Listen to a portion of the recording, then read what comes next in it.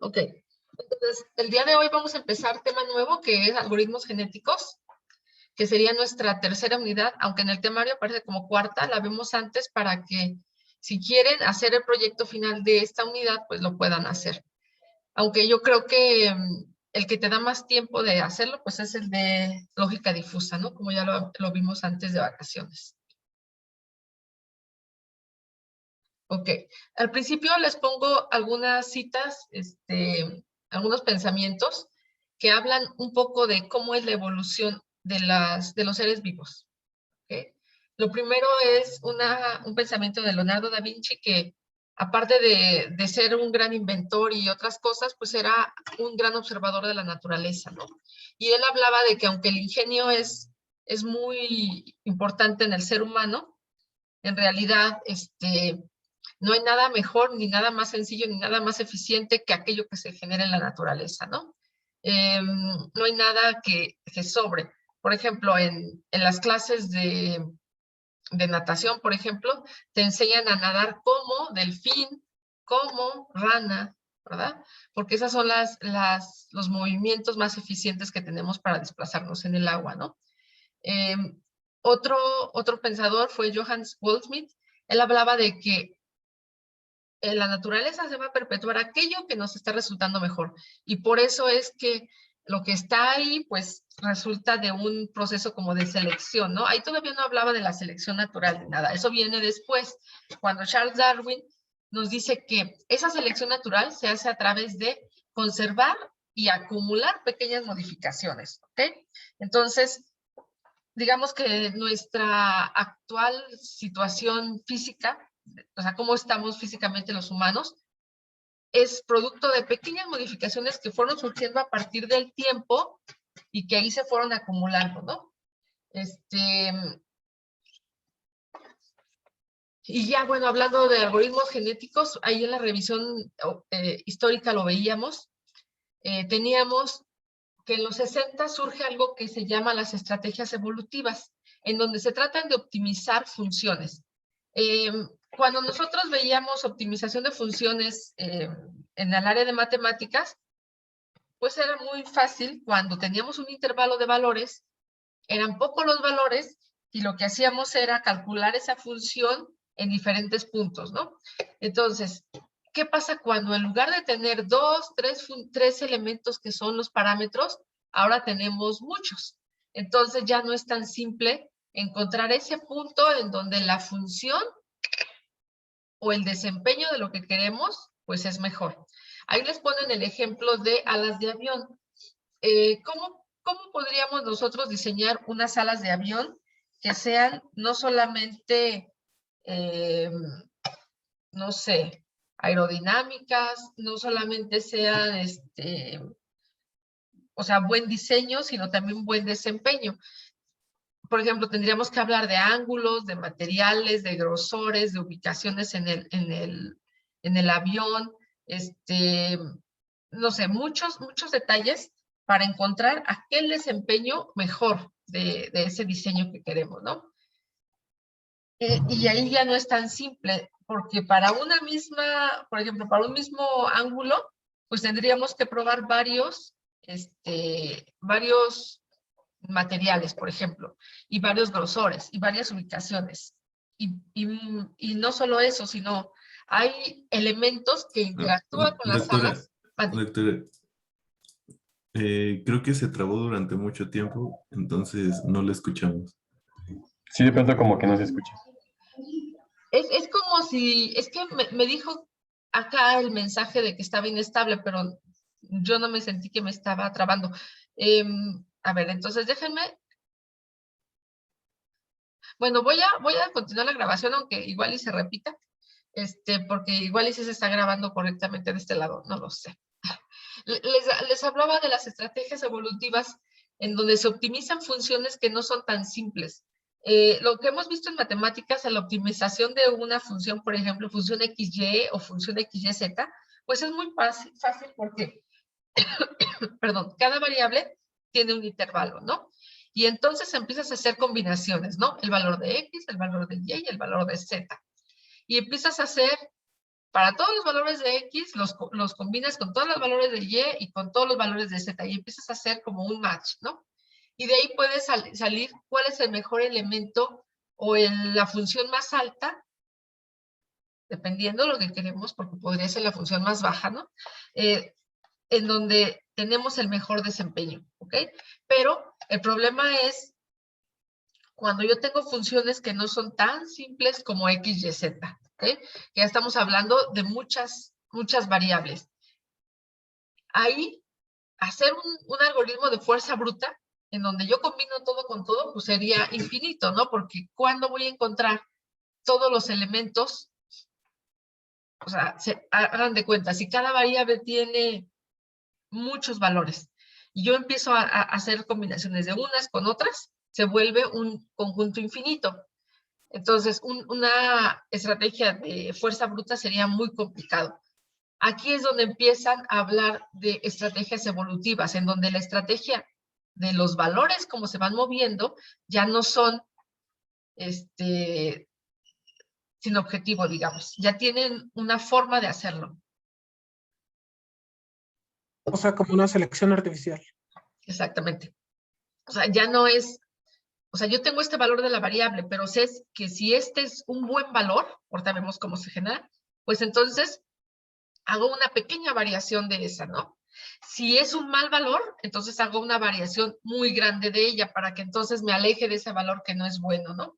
Esa es la idea de las estrategias evolutivas, en donde no es todo tan...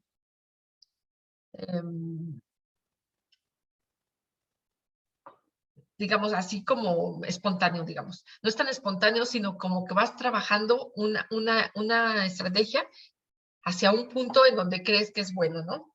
Luego tenemos, un año después, otros investigadores lo que nos proponen es, ¿qué pasa si hacemos cambios que sean aleatorios a las variables? Entonces, trabajamos algo que ustedes ya por ahí, los que vieron el tema de videojuegos, ¿se acuerdan? Hablaban de las máquinas de estados finitos, en donde tenemos un agente o algo en donde pasa de un punto a otro dependiendo del cambio que va ocurriendo en él, ¿no? Por ejemplo, imagínense que queremos simular qué está pasando con la población en esta contingencia. Entonces, tendríamos que encontrar cuáles son los estados de las personas. Hablando, por ejemplo, ayer me encontré con unas personas conocidas y me hablaban de que ellos han pasado como varias etapas de estrés. Y ahorita ya llegó el momento en el que o se acostumbraron al estrés o dejaron de estar estresadas, no sabemos. Entonces, si yo quisiera simular el estrés en la población en época de contingencia, tendríamos que encontrar cuáles son los estados, por ejemplo, el estado tranquilo, el estado estresado, el estado grave, etcétera, para encontrar qué hace que pases de un estado a otro. Por ejemplo, cuando encuentras a alguien enfermo en tu familia cercana, seguramente tu estrés es muy alto, ¿no? O si te das cuenta que hay gente conocida que se enferma.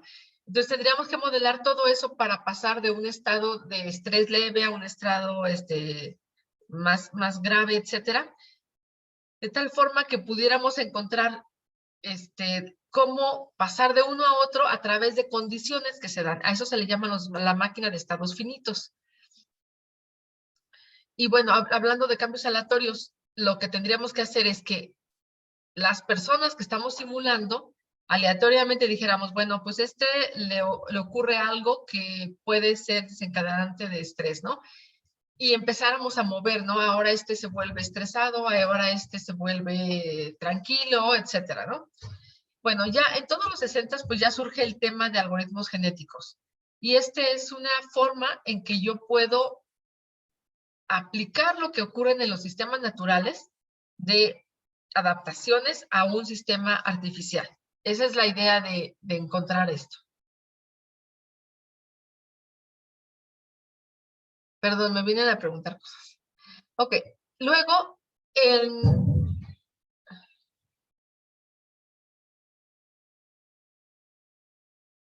Ok, ahora hablando biológicamente, ¿qué ocurre?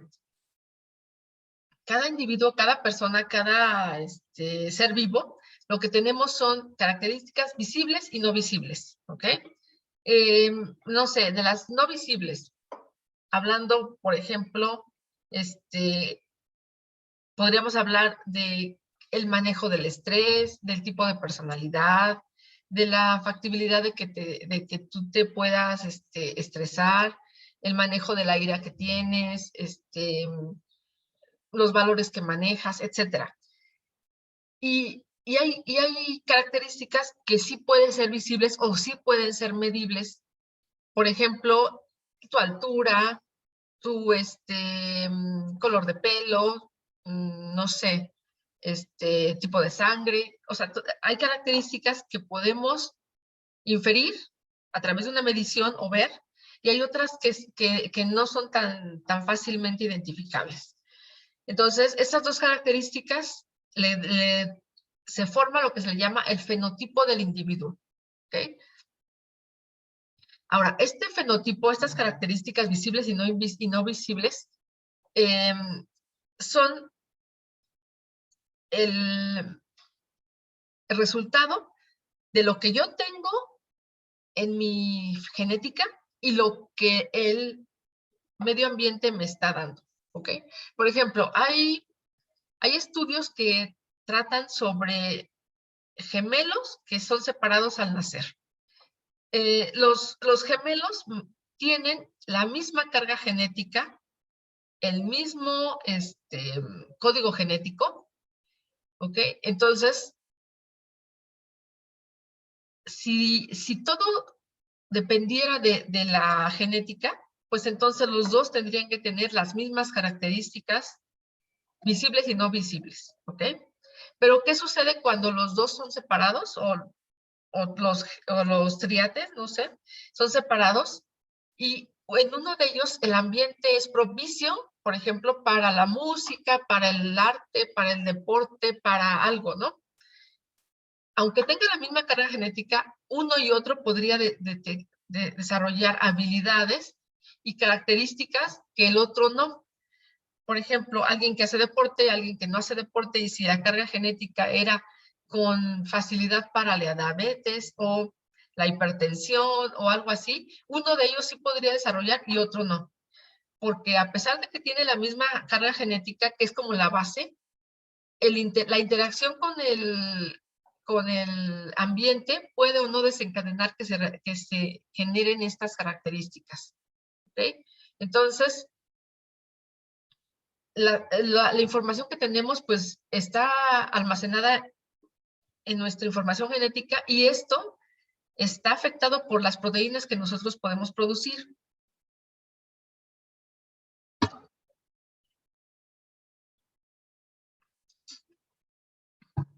Bueno, ya hablando un poco más de cómo somos en las células, pues tenemos dos juegos de cromosomas, ¿no? Uno que viene del padre y otro viene de la madre. Y es como si ambos nos aportaran una parte de su genética, ¿no? Nosotros somos el resultado de esa interacción de los dos. Por ahí tenemos ¿se acuerdan de las moléculas que tenemos de los nucleótidos? Que era adenina, guanina, citosina y tiamina, en donde hay por ahí proyectos en donde se está tratando de decodificar qué información tenemos en la parte genética, dependiendo de las proteínas que tenemos ahí, ¿no?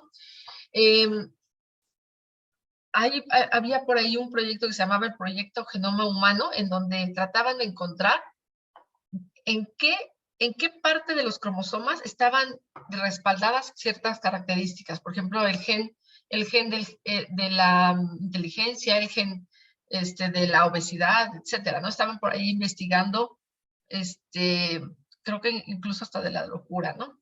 En donde se trataba de encontrar en qué parte estaba esa información. Bueno, una forma en cómo los gametos, que son las células que dan origen a otro ser humano, se reproducen, es la siguiente. Al principio tenemos En la 1 tenemos la información. Imagínense que lo oscuro es del padre. Tenemos al padre y la madre, ¿ok?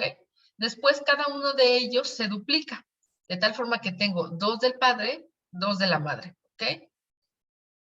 Y luego, en la parte de arriba, se mantiene el valor que es completo del padre, y en la parte de abajo, el completo de la madre. O sea, estos dos extremos se mantienen idénticos, pero ¿qué pasa en la parte de en medio? Se genera algo que se le llaman los híbridos, en donde el híbrido primero que está arriba tiene la primera parte del padre y luego baja y tiene la segunda parte de la madre, ¿ok? Y el híbrido de abajo tenemos la primera parte de la madre y la última parte del padre. Entonces ahí se generan 2 híbridos, ¿ok? Este que está aquí, esos que están intermedios, y luego se separan las células, ¿no? Aquí se forma una célula arriba y una célula hacia abajo, en donde tenemos un híbrido con uno, digamos, original, ¿ok? Y se forman. Yo me quiero quedar hasta el 4, porque este proceso de la meiosis es una parte que vamos a incorporar a nuestro algoritmo genético. Esto que decimos de los híbridos, ¿ok? Ok.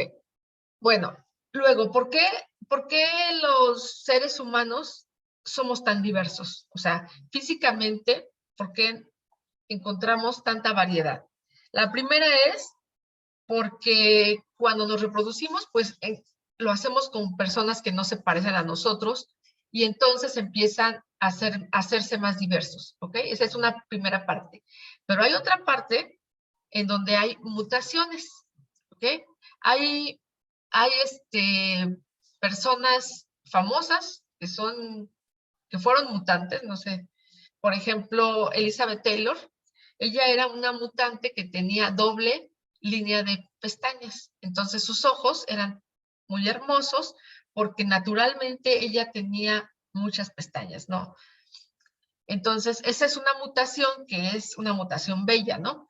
Pero también podría ser una mutación en donde tuviera un sexto dedo o no tuviera una mano. Entonces, las mutaciones pueden ser favorables o desfavorables para el ser humano, ¿ok?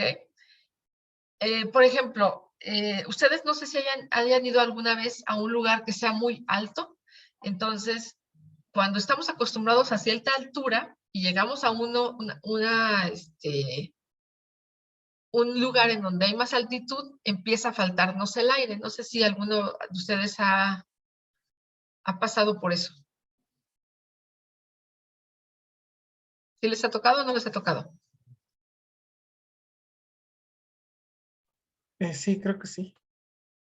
Bueno, es una sensación muy extraña porque sientes así como que te falta el aire, ¿no? Cuando estás en una montaña o en un lugar alto, ¿ok? Y al revés, ¿qué les pasa a ustedes cuando van a la playa y se les ocurre ir a correr? ¿Alguna vez lo han hecho? ¿O nunca han ido a la playa a correr? Yo soy la única loca que lo hago. Cuando los humanos empezaron a colonizar o a llegar a lugares muy altos, dígase el Himalaya, los incas, etcétera, seguramente al principio no eran muy fuertes y al principio no se sentían muy bien con el oxígeno, ¿no? Pero ellos fueron desarrollando esa característica. Seguramente hubo por ahí una persona que, a diferencia de sus conocidos de la tribu, empezó él a desarrollar esa capacidad. Entonces, igual y fue una mutación o una adaptación. Y esa mutación lo hizo ser más fuerte que los demás. Y por lo tanto, se preservó su capacidad a sus descendientes porque él se mantuvo, ¿ok? Entonces, hay mutaciones en las que nos favorece y a través de la perpetuación de esta mutación es parte ya de las características del humano. Bueno, no sé si hayan visto alguna vez los primates, que ellos pueden mover las orejas. ¿No han visto? Que los Pues pueden- nosotros, o sea, todos los primates podemos mover las orejas, ¿no? Pero sí los podemos mover, o sea, sí podemos hacer que se acerque hacia donde está el origen del sonido. Ah, bueno, eso ya ha disminuido con... Ya lo perdimos, ¿no? Entonces por ahí hubo alguien que mutó y ya esa característica ya no estaba, ¿verdad? Y se preservó y se perdió. En algún punto se espera que perdamos el quinto dedo del pie, por ejemplo, porque se ha desgastado tanto el dedo chiquito que ya llega un momento que ya no se va a necesitar, por ejemplo. O se espera que ya después estemos más encorvados por el uso de las tecnologías, ¿no? Y estar siempre en el equipo. Entonces, esas mutaciones pueden o no preservarse dependiendo de si le da capacidades de sobrevivir, ¿no? Sobre todo cuando teníamos que sobrevivir en la naturaleza, ¿ok? Bueno, eso es nuestra revisión de la parte biológica. El algoritmo como tal es un método para resolver problemas, ¿ok? Hablamos de que un algoritmo es una secuencia finita de instrucciones para manipular algo, signos, números, variables, vectores, lo que sea, ¿no? Y una definición, no sé si vieron que el año pasado el premio Turing, que es como el premio Nobel para los informáticos, fue dado a estos autores que estoy citando, a Howe y Hullman. Ellos lo que nos hablan, ellos tienen un libro muy interesante de estructura de datos y algoritmos. Es un clásico, por si lo quieren por ahí buscar en internet. Y ellos hablan de que un algoritmo pues es una secuencia finita de instrucciones, cada una de las cuales tiene un significado muy preciso y que a su vez esas instrucciones requieren de una cantidad finita de esfuerzo y de tiempo. ¿Okay? Entonces, aquí la percepción de un algoritmo es algo que resuelve un problema, una situación, y que para hacerlo está bien identificado qué va a hacer, cuánto lo va a hacer, qué ciclos va a hacer, qué condiciones y qué requiere cada una de ellas. ¿Ok? Bueno, los algoritmos como tal, los genéticos, forman parte de otra familia de algoritmos que son los algoritmos evolutivos, en donde hablábamos de que queremos incorporar esa parte biológica a la evolución de los algoritmos, ¿ok? Y como tal, un algoritmo genético se va a considerar que es un método de búsqueda que está dirigida con probabilidad. O sea, lo que está dirigiendo el algoritmo no es más que la probabilidad. Los números aleatorios, digámoslo así. Y si tenemos una condición muy débil, vamos a llegar a un óptimo que podría no ser el óptimo global, sino podríamos llegar a un óptimo que sería como local. Como tal, lo que queremos es optimizar y queremos encontrar. Fíjense en la parte del tercer párrafo. Nos dice el X1, X2 hasta XN. ¿Quiénes son ellas? Los parámetros. Son las variables, ¿ok? Nos queremos encontrar qué combinación de variables nos da que la función sea máxima, ¿ok? Entonces, si estamos hablando de un X y un Y, ok, es el X y el Y tal que la función XY sea máxima o sea óptima. En este caso, quisiera más usar la palabra óptimo porque podría ser que nuestra función no quiera lo óptimo como máximo. Imagínense que lo que yo quiero es encontrar el mínimo costo. Entonces ahí el óptimo no es el más alto, sino es el más bajo. Entonces por eso es que mejor se usa la función óptima, ¿ok? Entonces el algoritmo genético va a ser una técnica que va a imitar esta evolución biológica de la que hablamos nosotros para resolver problemas. Queremos encontrar la función, ¿no? Ese es nuestro problema. Y la función que queremos le vamos a denominar la función de aptitud. en donde si yo tengo una combinación de parámetros, yo quiero pasarla a través de esta función para que me diga qué tan óptimas son estas variables. ¿Ok? Entonces, este sería nuestro diagrama completo de lo que vamos a ver en algoritmos genéticos. ¿Ok? Empezamos en la parte de arriba. ¿Sí ven el puntero? ¿Sí se ve? Sí. Ok, Ajá. empezamos aquí, en donde lo primero que hacemos es codificar variables, ¿ok? Entonces, si mi función tiene X, Y, Z y W, para cada una de ellas tenemos que encontrar cómo vamos a codificarlas, ¿ok? ¿Por qué codificarlas? Porque vamos a trabajar con códigos pseudobinarios. Entonces, necesitamos generar el código de estos valores, ¿ok? Después de esto, de ya tener la forma de codificar, vamos a generar una población inicial. La población inicial significa una combinación de variables tamaño n. Entonces, si mi población es de 10 elementos, voy a generar 10 combinaciones de cada una de las 4 variables. O sea, una combinación es un valor para X, un valor para Y, Z y W. Un ejemplo, X igual a 2, Y igual a 3, Z igual a 4 y W igual a 5. Esta sería una combinación. Entonces, si mi población es de 10, tengo que generar 10 combinaciones de variables. ¿Ok?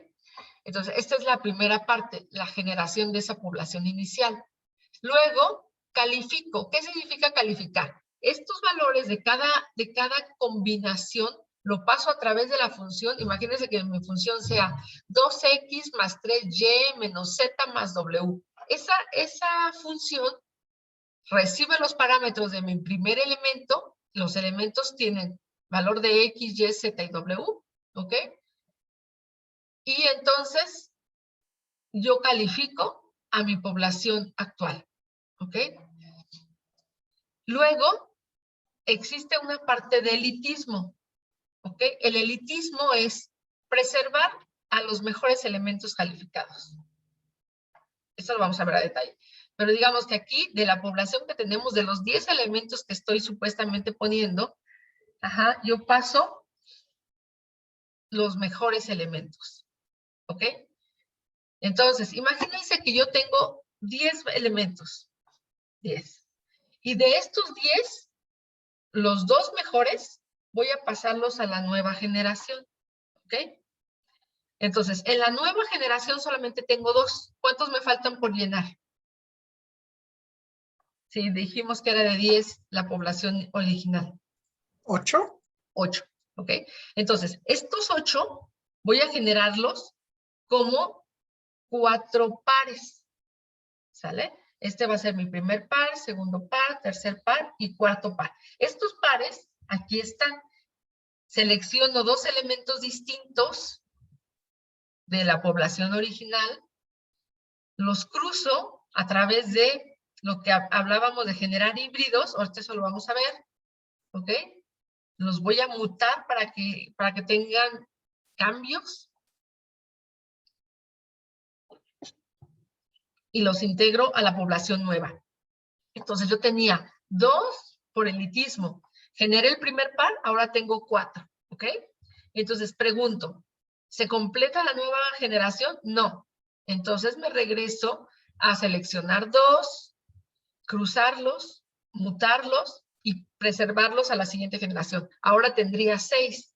¿Se completa la población? No. Regreso, selecciono 2, los cruzo, los muto, los integro, ahora tengo 8. ¿Se completa? No. Selecciono 2, los cruzo, los muto, los integro, ahora tengo 10. ¿Se completa la población? Sí. ¿Ok?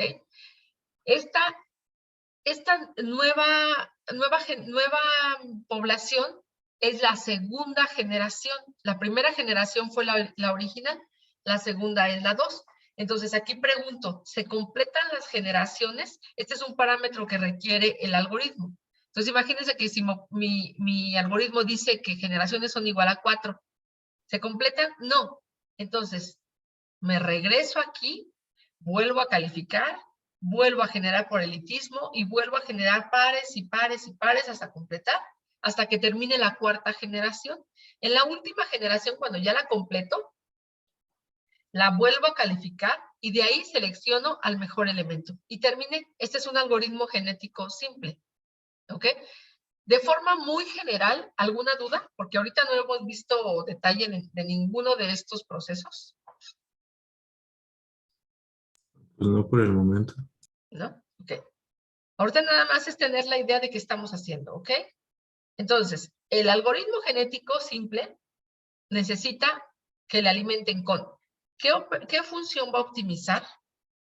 ¿Cuántos elementos tenemos por generación? Les decía yo en el ejemplo son 10, pero podrían ser 100, podrían ser 1000. Esos son los elementos de cada población, ¿ok? Luego, el número de generaciones. ¿Cuántas generaciones voy a necesitar? 4, 10, 20, 1000, 1,000,000. Entonces, son los números de iteraciones que estamos haciendo, ¿ok? Luego necesitamos 3 umbrales. El umbral para unos, el umbral para cruzamiento, el umbral para mutación. Son parámetros, los vamos a ver en su momento. Y cuando yo termino, lo único que sale es el mejor elemento, pero de la última generación. No me importa la historia, me importa la última generación. ¿Ok? Primero hay que definir la función. Ajá. O sea, bueno, definíamos la función y luego empezábamos a codificar variables, ¿no? Ese es, digamos, recibimos la función, recibimos cuáles son las variables y entonces tenemos que codificarlas, ¿ok? Entonces,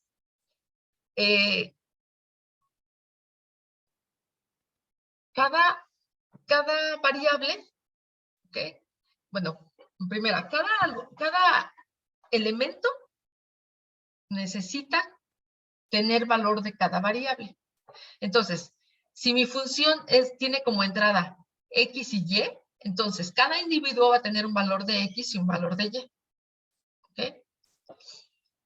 Entonces, necesitamos una función, una forma de generar esto, pero pseudo binaria.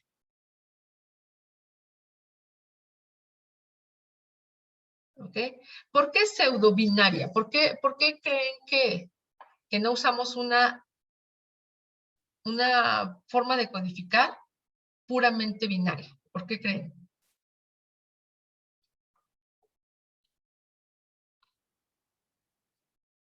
Porque los resultados podrían ser parcialmente favorables.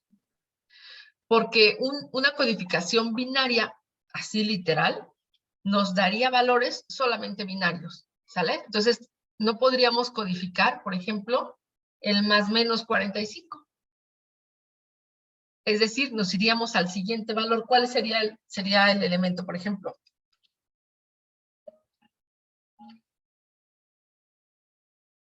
Ok, o te quedabas en 32 o te quedabas en 64. Entonces, en 32 no lo completas, en 64 te pasas.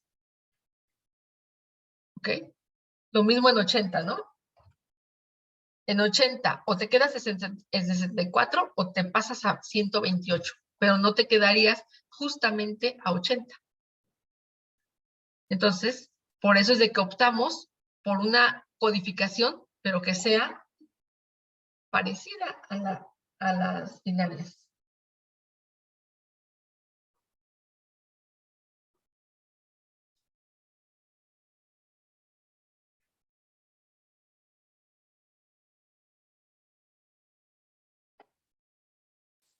¿Ok?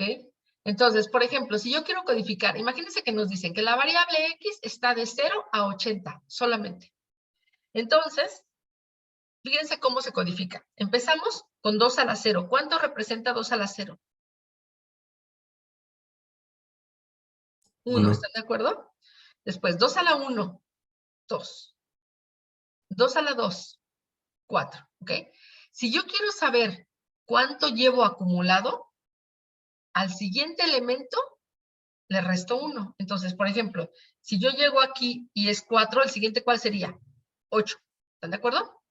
Y le resto 1, 7. Entonces, yo llevo 7 hasta aquí. ¿Ok? Entonces, el siguiente es 8. Y digo, ¿cuánto llevo acumulado? 15. ¿Están de acuerdo? No completo los 80. Siguiente elemento, 16. ¿Cuánto llevo acumulado? 31. No completo. Siguiente, 32.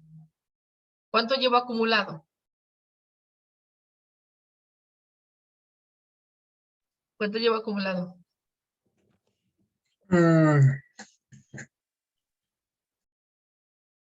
Siguiente, ¿cuál sería? Después del 32. 64, ¿no? Entonces llevo 63. ¿Ok? Ujú. Entonces, el siguiente ya no lo soporta. Ajá, porque el siguiente serían 127. ¿Ok? Entonces, te quedas al 32 y tú sabes que el siguiente sería el 64, por lo tanto llevas 63. ¿Ok?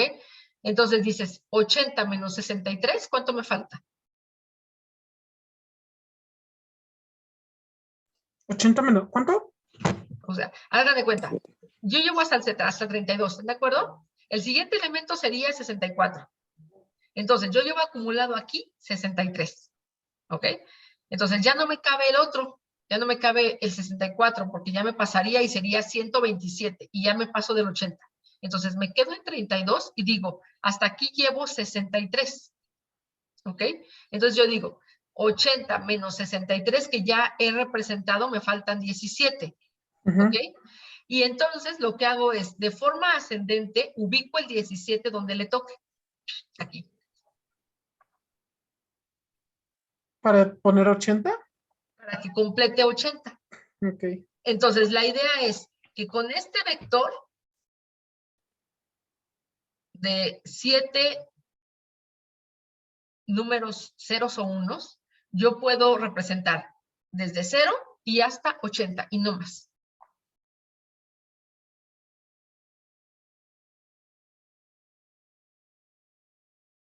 ¿Sí, más o menos? ¿Quieren que lo veamos en MATLAB para que quede más claro? Sí, por favor, doctora.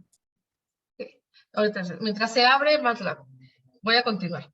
Entonces, por ejemplo, si yo quiero representar más menos 45, lo primero es, cuando dicen más menos, tengo que encontrar un bit que sea más o menos, dependiendo de si sea 0 o 1. La convención de que si 0 es más o 1 es más, es de ustedes, ¿ok? No importa, simplemente tienes que tener una decisión en donde tú interpretes como más o como menos un bit, ¿ok? Y entonces nada más me enfoco en representar 45. Entonces empiezo 2 a la 0, 1. 2 a la 1, 2. 2 a la 2, 4. 2 a la 3, 8. Aquí yo llevo 15. ¿Ok? Entonces todavía me cabe el siguiente. 2 a la 4, 16. Entonces hasta aquí llevo 31. Ya no cabe el siguiente. Entonces si tengo 31, me faltan 14 y el 14 de forma ascendente le toca aquí. ¿Ok? ¿Alguna duda de este? ¿Y el negativo cómo funciona? O sea, dejamos un bit en donde decimos, dependiendo del elemento que aquí ocurra, este resultado de esta suma lo interpreto como más o como menos. Ok. Y entonces ustedes deciden si el 0 es el más o el 0 es el menos, pero es una convención que ustedes toman y se mantiene a través de todo el algoritmo, ¿no?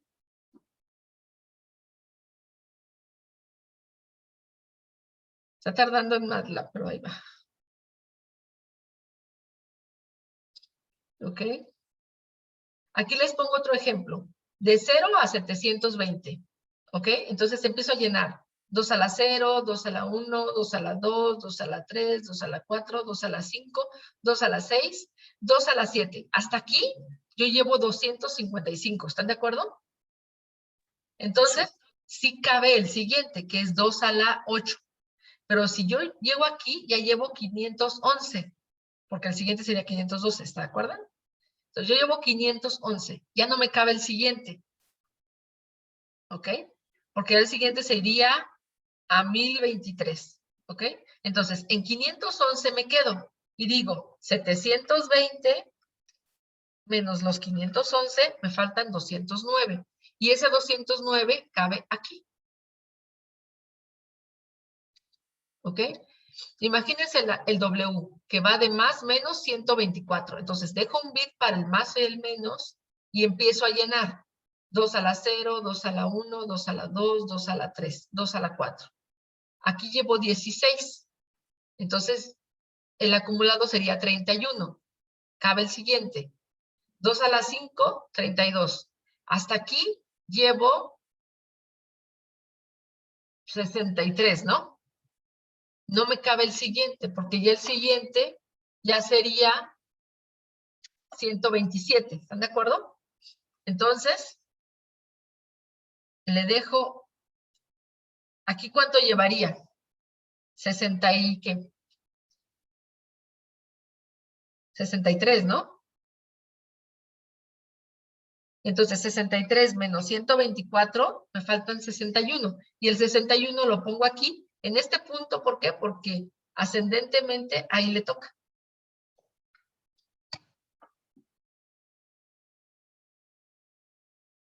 ¿Alguna duda de la parte entera, cómo se está codificando? Sí, ¿qué pasa si yo tengo un número que, por ejemplo, el rango no inicia en 0? ¿También tengo que incluir como esa diferencia? Ahí, por ejemplo, yo lo que haría es integrar un valor inicial y, por ejemplo, si yo quiero codificar, por decir, ¿no? Del 15 al 100, ¿les parece?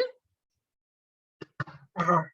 15 al 100. Entonces yo lo que haría es, a 100 le resto 15, ¿cuánto me queda? Me queda 85. Entonces yo codifico de 0 a 85 y al resultado le sumo 15. Para que entonces, cuando al 0 le sumo 15, empieza en 15 y cuando es el máximo valor, que es 85, le sumo 15, me da el 100. ¿Más o menos? Sí, sí, creo que sí me... ¿Sí? Entonces, esa es una forma, claro, cuando no empieza en 0, ¿no? Ahí tenemos ese problema. Entonces, codificamos el rango efectivo y le sumamos el valor inicial.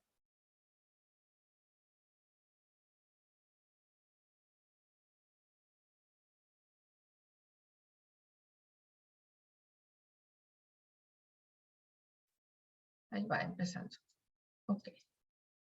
Ahora, ¿qué pasa con los decimales? Bueno, no sé si notaron, aquí hay una regla. Una regla es la siguiente. No estamos omitiendo ningún elemento. Es decir, si pusimos 2 a la 0, ahí va, ya está viendo. Si pusimos 2 a la 0, 2 a la 1, 2 a la 2, no nos brincamos 2 a la 3 y nos pasamos 2 a la 4. ¿Ok? Entonces, estamos integrando de forma obligatoria, mientras se acepte, todos los elementos en el rango. ¿Sale? Si yo llegué al 2 a la 8, quiere decir que integré a las 7, a las 6, a las 5, a la 4, a la 3, a la 12, a la 1 y a la 0. ¿Ok? No estamos brincando ningún elemento. ¿Están de acuerdo con eso? En la parte entera. No estamos brincando ningún elemento. ¿Ok? Lo que sí puede pasar es que entre ellos le coloque un elemento que hace el ajuste para que complete el rango. ¿Están de acuerdo? Ok. Sí, ¿Sí? Entonces, vamos a hacer el ejemplo acá. ¿Les parece? ¿Qué valores quieren que representemos? ¿De qué a qué valor?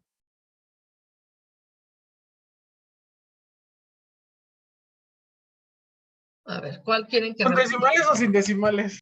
Ahorita sin decimales. Nada más quiero que empecemos a ver ejemplos.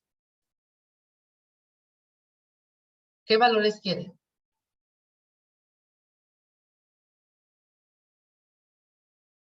¿Qué valores quieren? positivos y negativos. Por ejemplo, ah, de menos 100 a 100. por ejemplo. Vamos a generar este. Entonces, de menos 100 a 100. Y luego, denme un entero. ¿De 0 a cuál? 40. Está muy chiquito. 340. Bueno, ok. Entonces, por ejemplo, vamos a generar estos. ¿Cómo sería este? a 100, por ejemplo. Ahorita nos olvidamos de este ajuste, ¿no?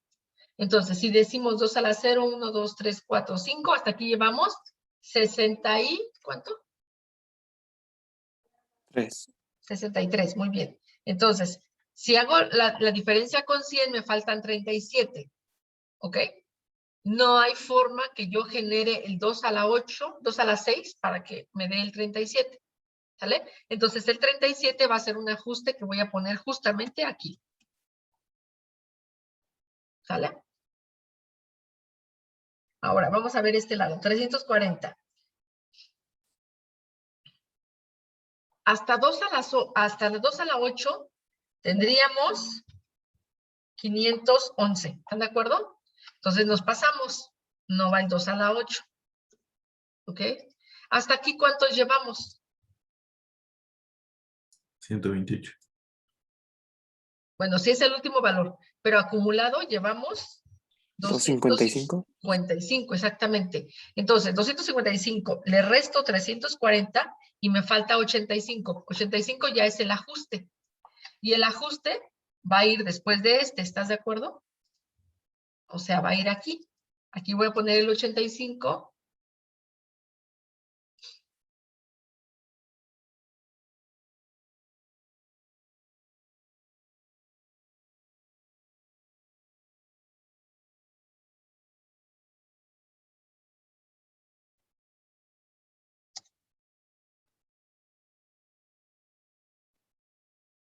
Ahí va el 2, ahí va el 85.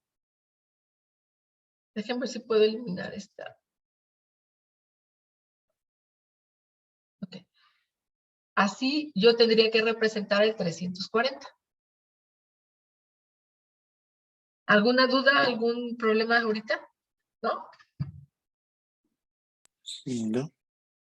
Ok, entonces ahora me voy a pasar a MATLAB. Esto que hicimos aquí lo voy a hacer en MATLAB. Lo pasé para estarlo viendo yo. Ok, entonces, nuestra primera codificación, que va de 0 a 340, ok. Entonces, nuestro código es igual a, el primer elemento es 128. El siguiente es el 85. El siguiente es 64, 32, 16, 8, 4, 2, 1. Este es nuestro código que tenemos. ¿Ok? Entonces, estamos ante un vector 1 por 9. ¿Están de acuerdo? Es un renglón y son 9 columnas. ¿Ok? ¿Cómo generamos una tabla de verdad para estas 9 columnas? ¿Alguna vez se les ha ocurrido hacer un programa de tabla de verdad? No. Ya lo tengo, déjenme abrirlo.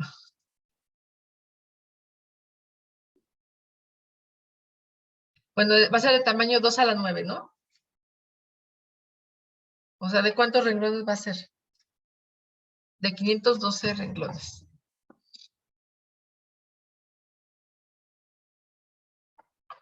Bueno, es más rápida mi máquina, pero tarda mucho en abrir.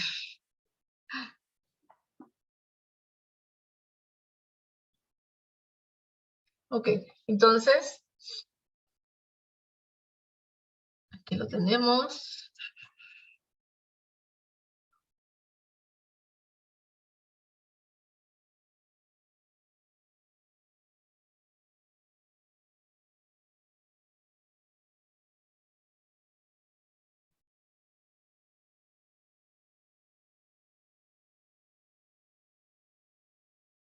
Es esta.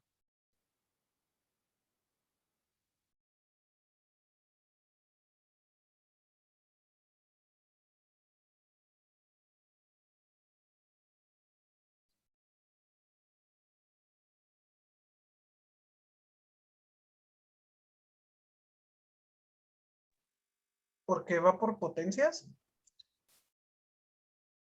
Hagan de cuenta. Yo genero mi tabla de verdad. Y por cada elemento de la tabla de verdad, por cada uno, yo veo qué valor representa. ¿Ok? Entonces, resulta que cuando yo los grafico, hay dos elementos que me representan, por ejemplo, el 250 y tantos. Por eso es que se ve esto. ¿Ok? La única forma en que no pudiéramos repetir dos codificaciones diferentes para representar un mismo número sería que fueran codificaciones totalmente binarias.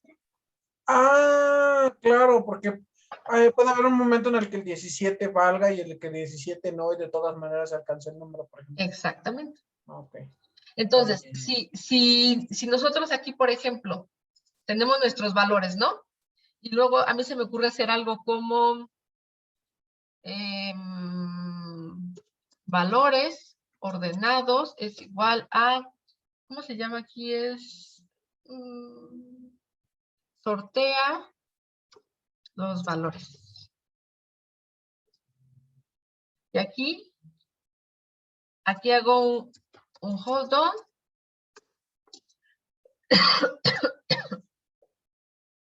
Y aquí también los pongo los valores ordenados.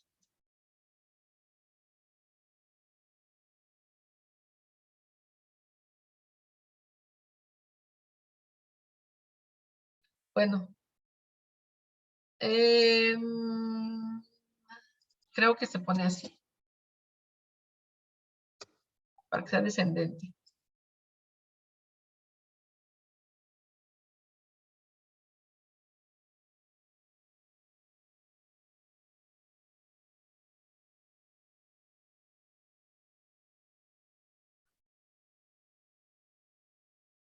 Ahora, no sé aquí.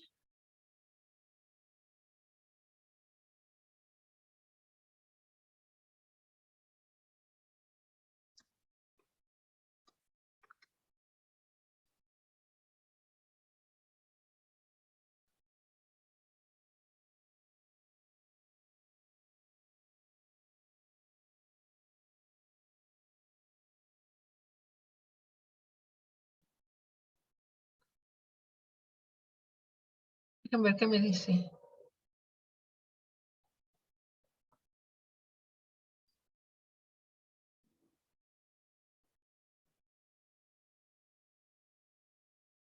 Ok.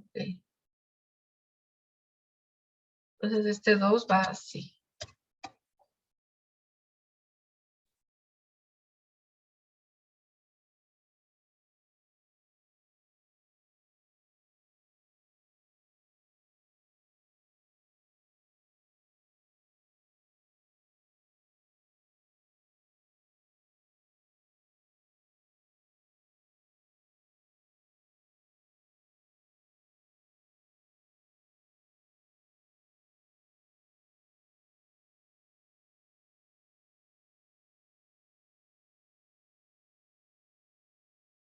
¿Eh?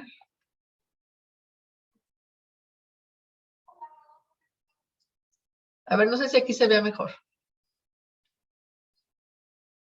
O sea, si nosotros hiciéramos una representación ordenada de los valores que podemos representar, aquí están. Es de 300, de 0 a 340, ¿no? Aquí está. Pero claro, hay valores en donde para dos codificaciones me están dando el mismo número. Tengo sobre representación de números, ¿verdad? Pero lo que es interesante es que no me paso de los 340, ajá, y está totalmente el rango así. Permítame tantito, por favor.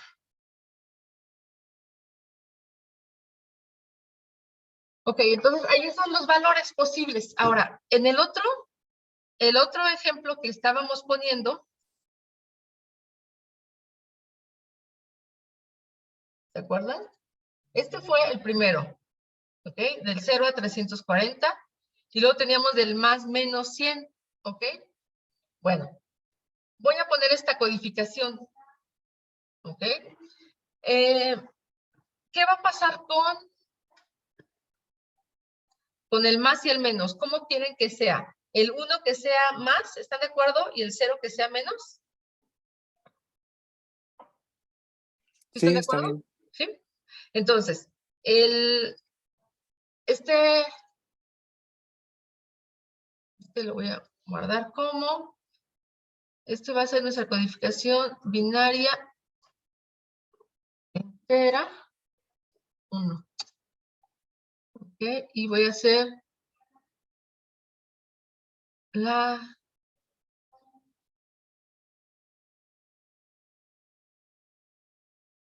otra que va a ser la codificación binaria entera 2. ¿Ok? Entonces, nuestros códigos va a ser.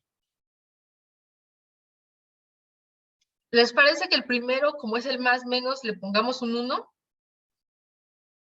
Para que cuando se multiplique este no cuente, ya después lo cambiamos de signo. Entonces, está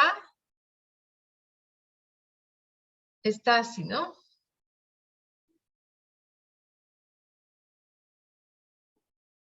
A ver.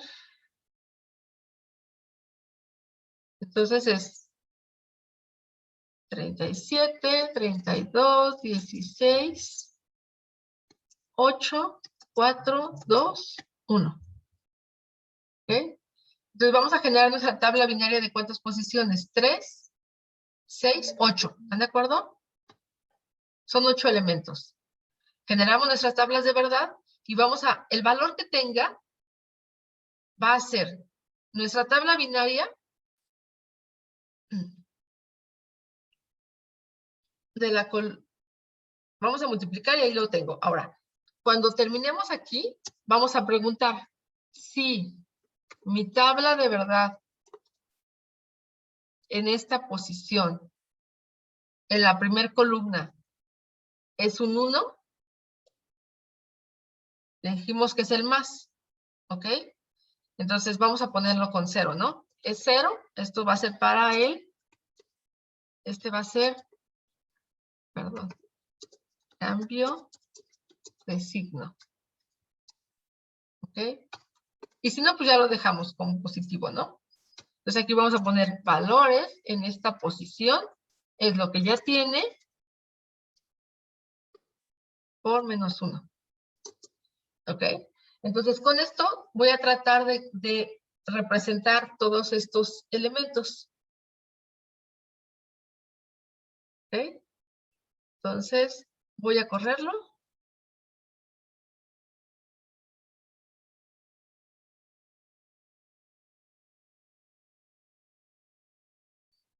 Entonces está de más 100 a menos 100. Aquí están los valores, ¿ok? Y en la parte positiva, aquí tenemos dos valores que están representados de diferente forma, aquí, y luego empiezan los negativos, ¿ok? Aquí tenemos, ¿por qué pasó esto?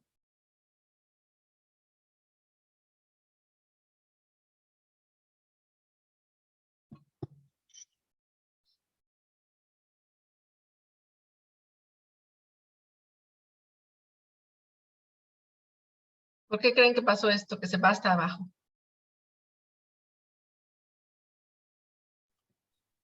¿Se acuerdan? ¿Cómo? Ujú. ¿Por qué creen? A ver. Porque algunos números no están cubiertos. No, porque se acuerdan que el primer bit es el signo. Entonces, por eso todos estos son positivos y a partir de aquí todos empiezan negativos, pero empiezan con los máximos valores. Entonces, por eso se brinca hasta acá y luego empieza a subir. Es decir, los valores altos en negativos son más chicos. Los valores altos en positivos son más altos, están acá. Entonces, por eso es de que hace ese brinco y luego se va hacia arriba. Y claro, cuando tú lo ordenas de forma ascendente, pues tenemos esto, ¿no? Por aquí tenemos valores, estos, ¿ok? Son los valores posibles. Acá.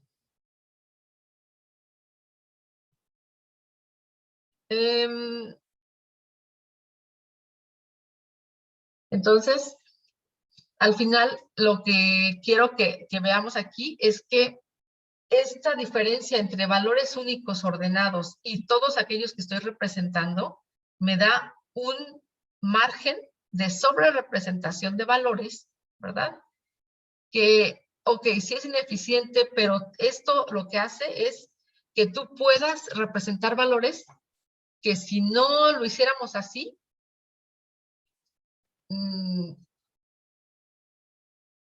no podrían existir. O sea, nos quedaríamos abajo o arriba del valor aceptable.